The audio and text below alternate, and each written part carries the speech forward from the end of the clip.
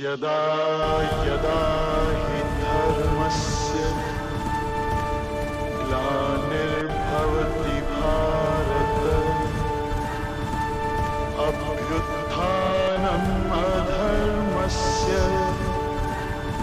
तदात्मानं सृजाम्यहम् परित्राणाय साधूनां विनाशाय च दुष्कृतां धर्म संस्थापनार्थाय संभवामि युगे युगे। ধর্মরাজ যুধিষ্ঠির একে একে হারিয়েছেন তার ধন সম্পদ, রত্নভাণ্ডার, রাজ্য, সেনাবাহিনী, ভাইদের, এমনকি নিজেকেও। শকুনির কুটিল পাশার সামনেই ধর্ম আর সত্য যেন অসহায় হয়ে পড়েছিল। সভায় উপস্থিত ভীষ্ম, দ্রোণ, কৃপাচার্য, বিদুর সকলেই নিস্তব্ধ। কারো মুখে কোনো কথা নেই, কারো চোখে প্রতিবাদের আগুন, আবার কারো চোখে গভীর অসহায়তা। কিন্তু এই ভয়ঙ্কর নীরবতার মাঝেই দুর্যোধনের অহংকার তখন উন্মত্ত রূপ ধারণ করল। তার চোখে জ্বলছিল প্রতিহিংসার আগুন। মায়া সভায় নিজের অপমানের স্মৃতি, দ্রৌপদীর হাসি, পাণ্ডবদের ঐশ্বর্য, সবকিছু মিলিয়ে তার হৃদয় তখন বিষে পূর্ণ। সে ধীরে ধীরে উঠে দাঁড়ালো। তার ঠোঁটে ফুটে উঠল এক নিষ্ঠুর হাসি। শকুনি পাশে বসে কুটিল দৃষ্টিতে তাকিয়ে আছে, আর দুঃশাসনের চোখে তখন পৈশাচিক উল্লাস। দুর্যোধন গর্জে উঠল। পাশা খেলার নিয়ম অনুযায়ী ধর্মরাজ যুধিষ্ঠির তারা সবকিছু হারিয়েছে। দ্রৌপদীও এখন আর ইন্দ্রপ্রস্থের রানী নয়, সে এখন আমাদের দাসী। বিদুর, যান দ্রৌপদীকে সভায় নিয়ে আসুন। হে মূর্খ দুর্যোধন, তুমি নিজের ধ্বংস নিজেই ডেকে আনছো। হরিণ হয়ে বাঘকে খেপাচ্ছ। যে আগুন তুমি আজ জ্বালাচ্ছ, সেই আগুনেই একদিন কুরুবংশ ভস্ম হয়ে যাবে। দ্রৌপদী শুধু পাণ্ডবদের পত্নী নন, তিনি কুরুবংশের পুত্রবধূ। তাকে সভায় অপমান করা মানে ধর্মকে অপমান করা। মনে রেখো দুর্যোধন, ধর্ম যখন প্রতিশোধ নেয় তখন কোনো শক্তি রক্ষা করতে পারে না। আমি কোনো উপদেশ শুনতে চাই না। যুধিষ্ঠির তাকে হারিয়েছে, দ্রৌপদী এখন দাসী। তাকে অবিলম্বে সভায় আনা হোক। দুঃশাসন সঙ্গে সঙ্গে উল্লাসে হেসে উঠল। কর্ণ নীরব থাকলেও তার মুখে ছিল কঠোর সমর্থনের ছাপ। শকুনির চোখে তখন শয়তানি তৃপ্তি। অন্যদিকে ভীষ্ম পিতামহ মাথা নিচু করে বসে রইলেন। ধর্ম ও রাজাজ্ঞার সংঘর্ষে তিনি যেন ভিতরে ভিতরে ভেঙে পড়ছিলেন। দ্রোণাচার্যের মুখেও নেমে এসেছিল গভীর অশান্তি। ধৃতরাষ্ট্র সব শুনেও নীরব ছিলেন, আর সেই নীরবতাই অধর্মকে আরও শক্তিশালী করে তুলছিল। সেই মুহূর্তে হস্তিনাপুরের রাজসভা আর ন্যায়ের সভা ছিল না, সেটি পরিণত হয়েছিল অধর্ম, অহংকার ও পাপের অগ্নিকুণ্ডে। দুর্যোধনের আদেশে এক সারথি দ্রৌপদীর কক্ষে গেল। সে গিয়ে জানাল, মহারানী, আপনাকে রাজসভায় উপস্থিত হতে বলা হয়েছে।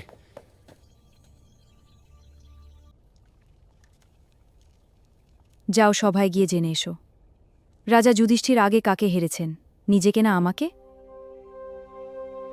যদি তিনি আগে নিজেকেই হারিয়ে থাকেন, তবে আমাকে আর পণ রাখার অধিকার তার নেই। কারণ যে ব্যক্তি নিজেকেই হারিয়েছে, সে আর অন্য কারো উপর অধিকার দাবি করতে পারে না। এক দাসী হয়ে এত বড় সাহস! সে আমাদের আদেশ অমান্য করছে। দুঃশাসন, যাও সেই অহংকারী দ্রৌপদীকে চুলের মুঠি ধরে টেনে এই সবাই নিয়ে এসো। তোমাকে সবাই যেতে হবে। তোমার স্বামী পাশা খেলায় সব হারিয়েছে, রাজ্য, ধন সম্পদ, নিজের ভাইদের, এমনকি তোমাকেও। এখন তুমি কৌরবদের দাসী। দুঃশাসন দ্রৌপদীর কক্ষে গিয়ে নির্মমভাবে তার চুলের মুঠি ধরে সভায় টেনে আনল। অকথ্য ভাষায় গালিগালাজ করতে করতে সে দ্রৌপদীকে সভার মাঝে দাঁড় করালো। সভার চারদিকে নেমে এলো গভীর শোক ও অপমানের ছায়া। অপমানে, ক্রোধে এবং ঘৃণায় কাঁপতে কাঁপতে দ্রৌপদী সভার দিকে তাকিয়ে বললেন, সব সীমা দ্রৌপদী মরে লাজে, কুলমর্যাদাকে টেনে আনে পূর্ণ সভার মাঝে। নিচু করে নিলে এই সমস্যার সমাধান হবে না পিতামহ। আমি আপনার কুলবধূ দ্রৌপদী, একটি মাত্র বস্ত্র জড়িয়ে ঋতু স্নান না করে এই পূর্ণ কুরু সভার মাঝে আপনাকে প্রণাম করছি।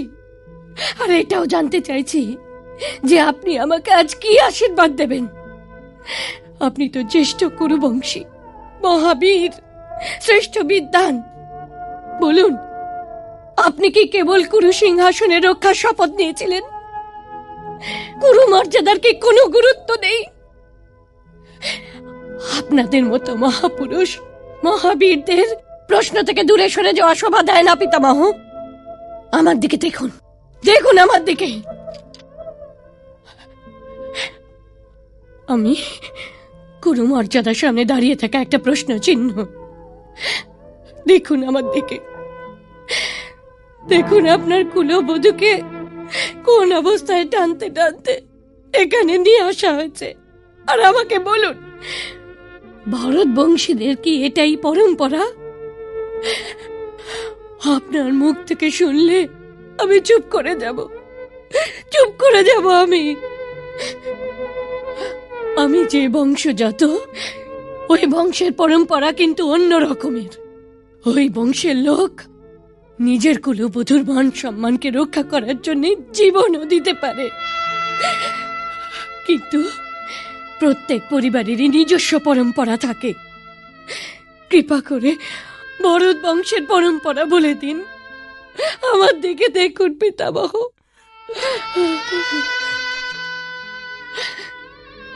যখন আমি প্রথমবার আপনার চরণ ছুঁয়েছিলাম, তখন আপনি আমার সৌভাগ্যবতী হবার আশীর্বাদ দিয়েছিলেন।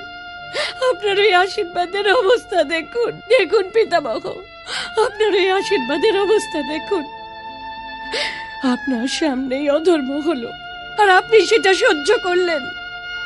তবে কি এটার অর্থ এই নয় যে আপনি এই কপট, এই অন্যায়, এই অধর্মকে স্বীকার করেছেন? আপনিও কি এই অপমানের অংশীদার নন? যদি না হন, তবে ওঠান আপনার ধনুক আর ছেড়ে দিন ওই জীবগুলোকে যারা আপনার কুলবধূ দ্রৌপদীকে দাসী সম্বোধনের অপরাধ করেছে। আপনি পাপের বৃক্ষের ছায়াতে বসে আছেন পিতামহ। উঠে পড়ুন, উঠে পড়ুন। আপনার তো শাস্ত্রের জ্ঞান আছে পিতামহ। আমাকে বলুন, যে ব্যক্তি স্বয়ং নিজেকে জুয়ায় হেরে গিয়েছে, ও কে হয় যে অন্য কারো স্বতন্ত্রতা, অন্য কারো আত্মসম্মানকে বাজি লাগানোর জন্য? আমি আমার প্রশ্নের উত্তর চাইছি পিতামহ। আর আপনার এই লজ্জিত মৌনতা আমার প্রশ্নের উত্তর হতে পারে না। কারণ এই প্রশ্ন কেবল দ্রৌপদী জিজ্ঞাসা করছে না, এই প্রশ্ন করছে নারী জাতি, এই প্রশ্ন করছে পৃথিবী যে প্রত্যেক প্রাণীর মা, এই প্রশ্ন করছে এই দেশের ভবিষ্যৎ, যারা আপনার পূর্বজ চক্রবর্তী মহারাজ ভরতের কাছে নাম পেয়েছেন। আমাকে পথ দেখান গঙ্গাপুত্র ভীষ্ম পিতামহ। পুত্রী, আমি আপনাকে সম্পর্কের কথা বলছি না পিতামহ, ওই অপমানের কথা বলছি যা গলে অশ্রু হয়ে আমার দু চোখ দিয়ে বইছে। যদি পত্নী পতি সম্পত্তি হয়ে থাকে, তবে যখন আমার পতি নিজেকে হারলেন, ওনার সঙ্গে আমাকেও হেরে গেলেন, তবে আমায় কি করে বাজি ধরলেন? আর যদি পত্নী পতি সম্পত্তি নয়, তবে আমার পতি আমার আজ্ঞা না নিয়ে আমাকে বাজিতে কিভাবে লাগাতে পারেন?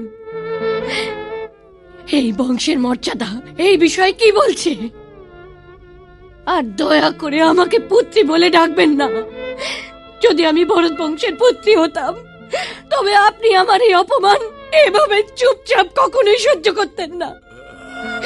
আমাকে কুলবধূ বলুন, কারণ আমিও দেখতে চাইছি সবাই দাঁড়িয়ে থাকা এই দ্রৌপদীকে কুলবধূ বলতে গিয়ে আপনার জিভ জড়িয়ে যাচ্ছে কিনা। পাঞ্চালীর প্রশ্নের উত্তর দিন পিতামহ, উত্তর দিন।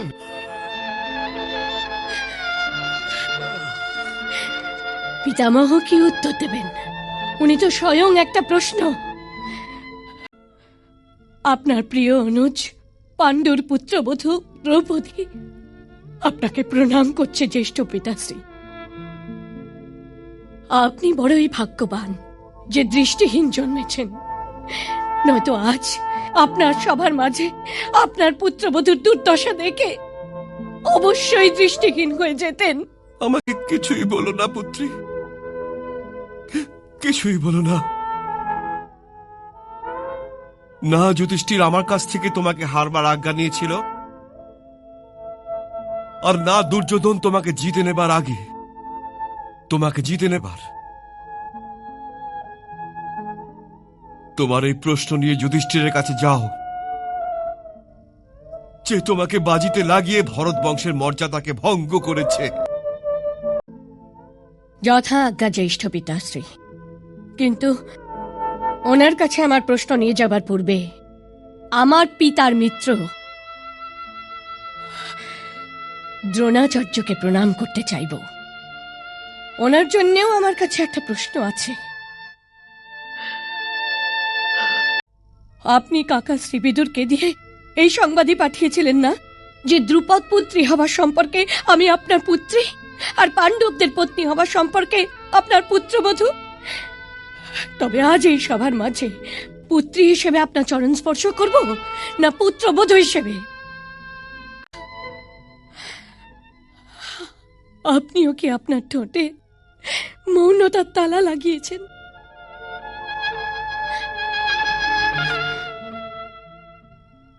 কুলগুরু কৃপাচার্য,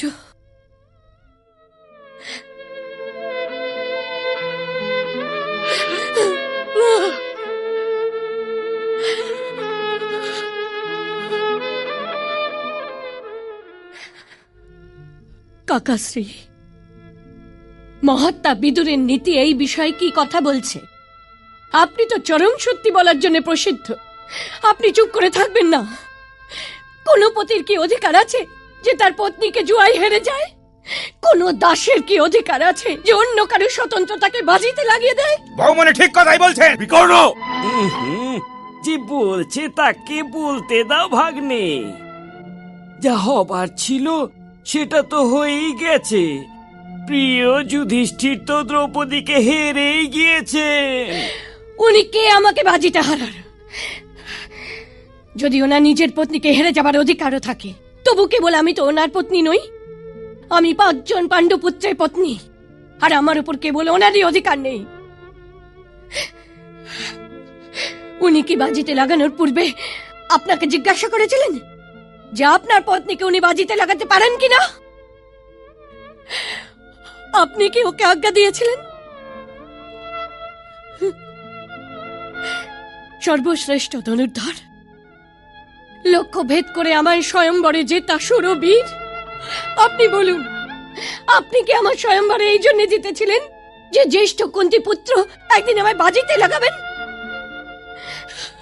সংসারের মধ্যে এর আগেও জুয়ারি ছিল, কিন্তু কেউই কি নিজের রক্ষিতাকেও বাজিতে লাগিয়েছিল?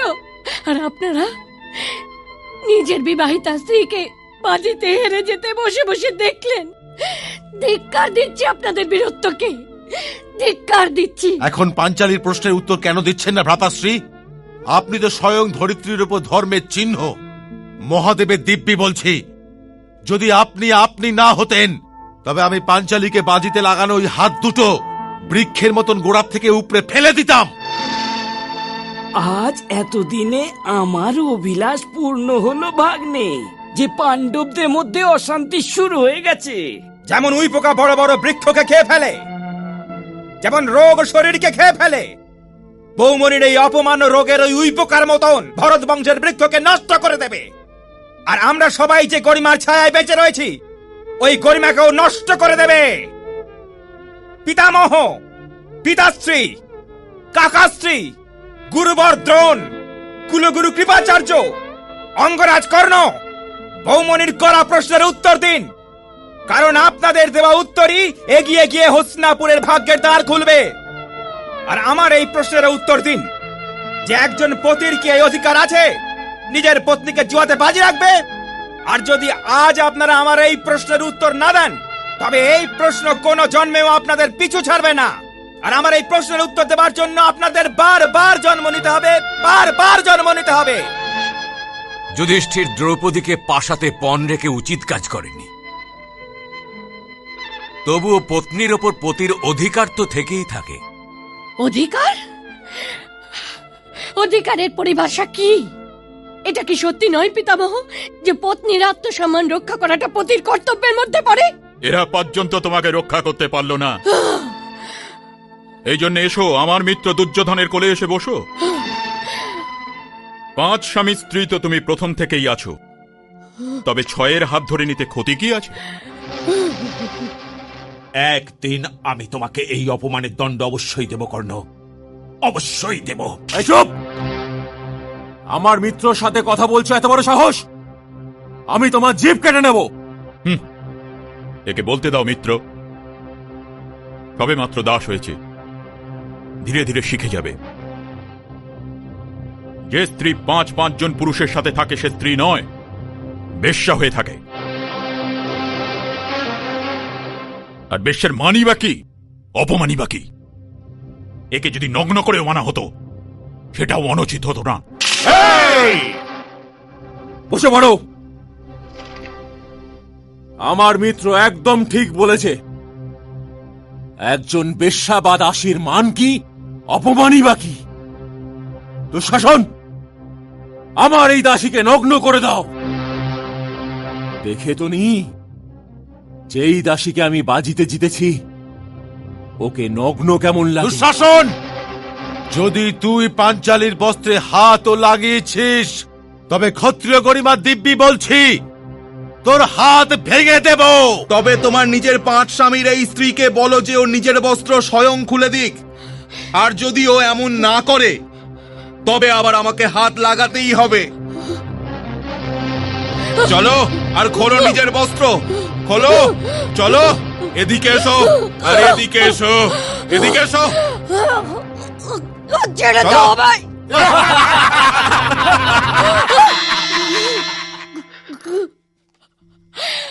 হে গোবিন্দ, হে দ্বারকাধীশ, হে সর্বশক্তিমান,